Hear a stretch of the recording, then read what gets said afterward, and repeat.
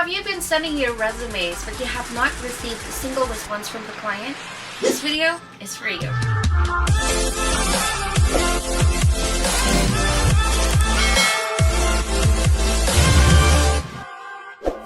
Hello everyone, this is your Coach Jenny and welcome back to my channel.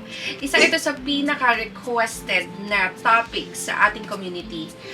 Kasi based on experience sa ating mga participants or aspiring virtual assistants, yung mag-send out ng resumes talaga pero walang nare-receive na response from the client or walang invitations na nare-receive for an interview. So, walang invitation for an interview. So, nagtataka sila kung bakit sandamakmak na resumes ang nasasend nila pero wala silang natatanggap na responses from the recruiters or from the clients. So, when I started checking their resumes pa isa-isa, may nakita akong mga red flags. And itong mga red flags na to, by the term itself, ito yung mga nalalagay nyo sa resume nyo without even knowing na nang dahil doon hindi ka napapansin ng clients or minsan na-check yung resume mo pero hindi ka nakakapag-move forward sa interview process because ang dami ng red flags ng resumes mo. So, one of the training programs that we offer sa Life as a Work from Home Mom is how to create an impressive resume that will wow your potential clients. So, in this video, I will show you some guidelines and tips on how you can actually create a resume that will definitely wow your potential clients. So before we proceed, I actually just want to share that we also offer a training program on how to create an impressive resume that will wow your potential clients. I know that this video will actually allow you to know how to create a resume. However, we also have an in-depth training on how to really create an impressive resume that will wow your potential clients. And during this training, we also discuss how to create your cover letter and how to set up your profile on different job portals.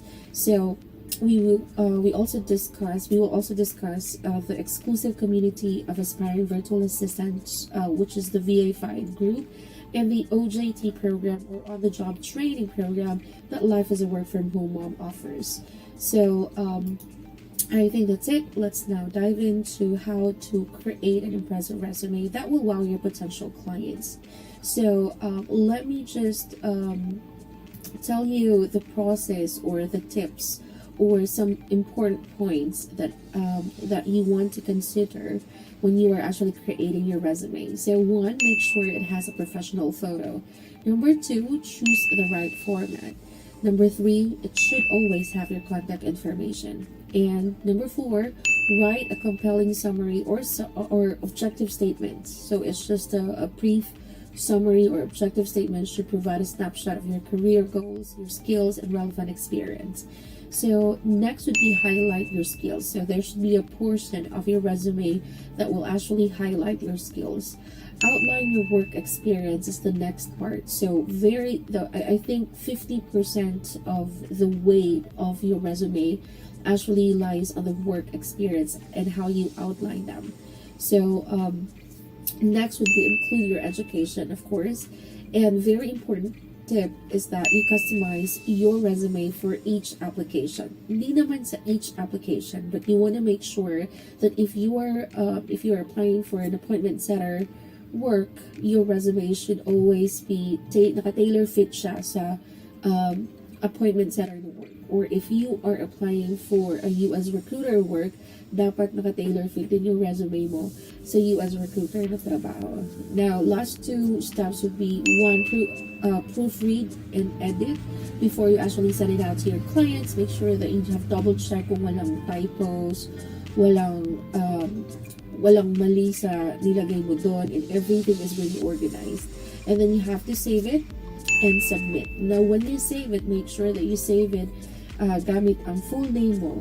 And then you can also put in, for example, for me, it's Genevieve Barcoma _resume or just Genevieve Barcoma. So now let me show you a sample that I created and edited myself for some of our participants or member of our community. So Marsan is actually fairly new to the VA world. So as you can see, his experiences are actually not in line with the VA kind of setup or VA work. So, but as you can see, may professional photo, hindi yung nakasando or hindi yung nakakat for guys.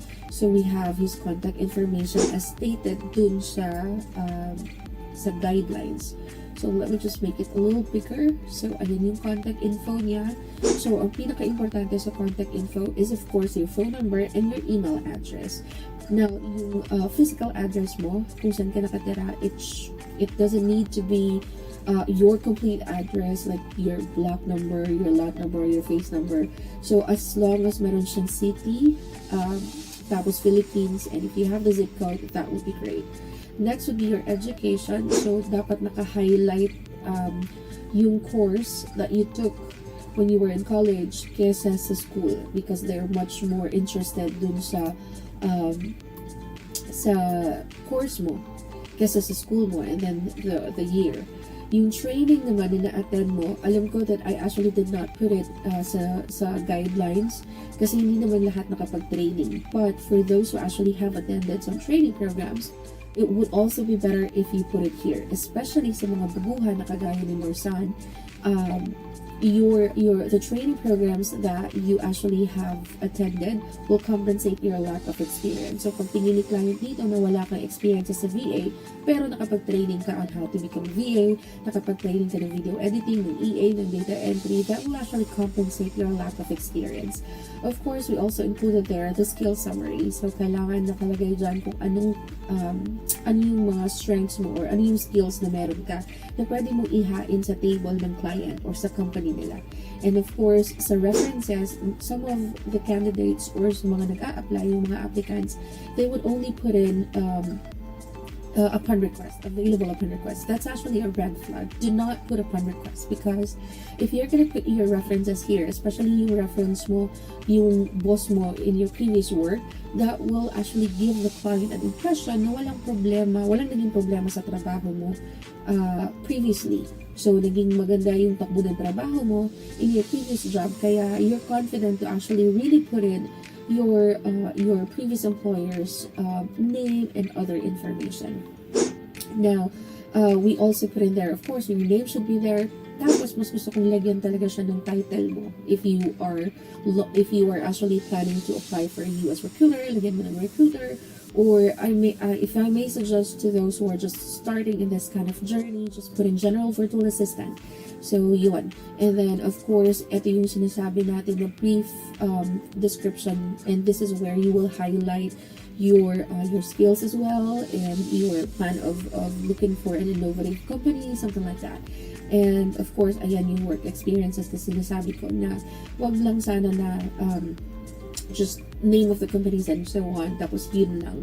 So also we wanna highlight your job title over the company's name, kasi yung company na a-applyan mo, your potential client is much more interested to know what your previous job titles were, kesa mas interesado sila sa kung saan ka nagtrabaho before. Well, of course, that's also important for them to know, especially kapag galing ka sa competitor nila, because they would know that you really know that kind of work.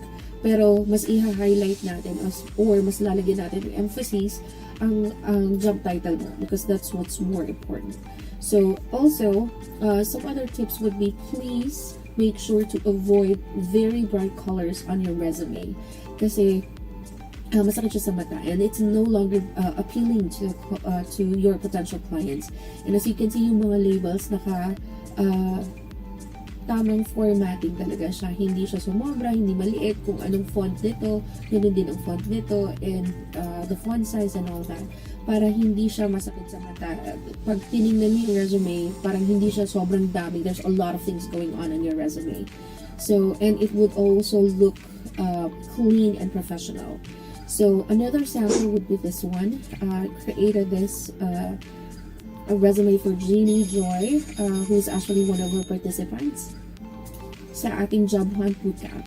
So, she only got a couple of experiences. So, pinili kong gamitin itong template na to para hindi siya ganun ka-empty tingnan. So again, there's a career overview or yung description, yung short description, yung contact info, yung education, experience, skills, and reference.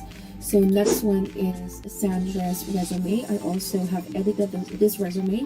So as you can see, contact info, skills, yung tools, if you can actually list down the tools that you are familiar, you can also do that. And then her education, and then her work experiences, new short description, and then she can also work as a general VA, appointment setter, and a lead gen specialist. So of course, her name and a professional picture. This is also one of the resumes that are created for Joy. So work experiences, ayan, it looks clean and professional. And of course, again, use a professional photo. So, I think that's it for this part of the video. So, paano nga ba gawin ang resume? So, before, years and years ago, there was no Canva. So, ginagawa natin yung resume natin sa Word doc.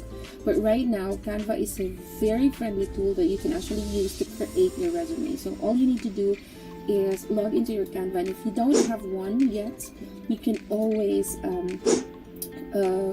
create an account, and it's for free. I have a paid account, but you don't have to pay for it. You can always get the free version of Canva. So dito sa Canva, if you're already logged in, you'll probably be seeing a lot of resumes because we have been editing a lot of resumes sa mga participants natin sa ating training programs. So again, when you're already logged into your Canva account, all you need to do is click the create a design button on the upper right hand side of your Canva, and then you can search resume. So ito yung pinaka-first na resume, yan yung i-click mo so that you will have more options. So dito, you will actually be seeing a lot of templates. So again, one of the tips that I have given you earlier is please stay away from bright colored resumes or any bright colors na ilalagay mo sa resume. It's a no-no. So it would depend if you have a lot of work experiences. Make sure to look for a resume or a template that you can use na pwedeng magkasya. Much better kung nasa isang page lang ang lahat ng kailangan mo ilagay. But if sobrang dami talaga ng work experiences mo, then definitely you can add another page. So for example, one of my favorite templates is ito. But then, let's look for another template. So, let's see. So just an example, kunwari ito. This is actually, this is really a good resume kasi warm lang ang colors niya, hindi sobrang bright. So, maganda na to. And then, all you need to do, when you click that, all you need to do is upload your picture para mapalitan mo yung picture na nasa template. So, click on upload and then upload file. So, for example, you already have uploaded your picture and make sure that you choose a picture that really looks professional. So, for example, ito, let's use this. Tapos, i-drag mo lang siya and then drop to this part kung saan yung photo. So, ayan, nandiyan na siya kagad. You don't really have to adjust the size or whatever. And then, now you can start changing the name, changing the info to your info, of course. So, let's say this is mine.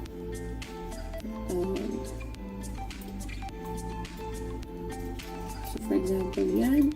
And then this part right here, you can put in general virtual assistant. So, and then you can change the fonts if you don't like the font. So, yan lang. I-click mo lang tong font. Tapos drop down. And then you can also change the font size. So, you can also move anything from one point to another if that's what you really want. So, also, let me just zoom this in.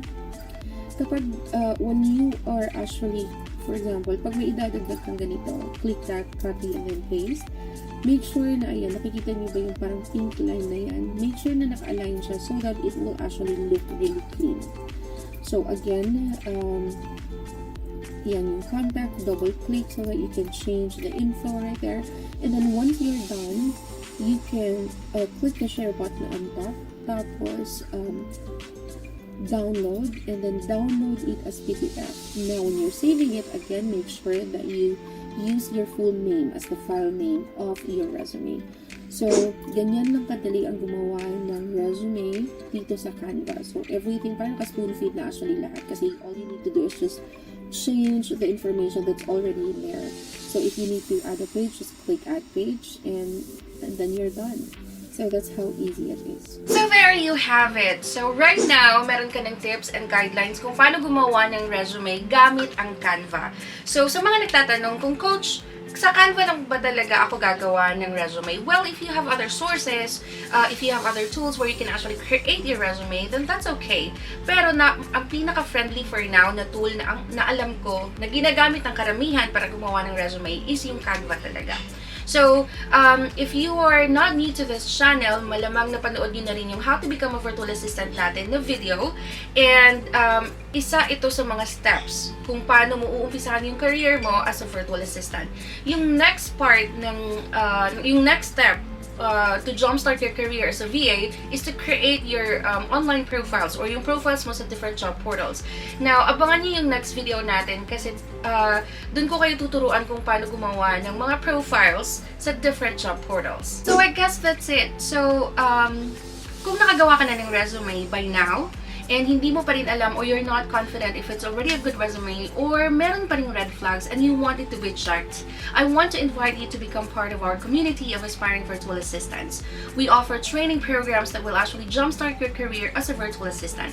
And when you're already a part of our community of aspiring virtual assistants, one of the advantages that you will enjoy is yung resume mo pwede kong i-check for any red flags at i-edit ko in a way that it will actually really impress your potential clients. So marami na tayong success stories dun sa na-edit natin na resumes and then they started receiving responses from their clients. If you want to enjoy the kind of advantage, join our community. Thank you so much for joining me in today's video, and we actually covered some valuable insights on how you can create your resume in a way that it will wow your potential clients. If you found this video helpful, don't forget to give it a thumbs up. And if you're new here, don't forget to subscribe to my channel and hit the notification bell so you won't miss an update. You can also follow me on Facebook, Life as a Work From Home Mom or WFH Mom, so that you can also join our training programs for free and join our community as well. Again, thank you so much for watching my video. Once again, this has been your Coach Jenny. I'm a Work From Home Mom, and this is my life.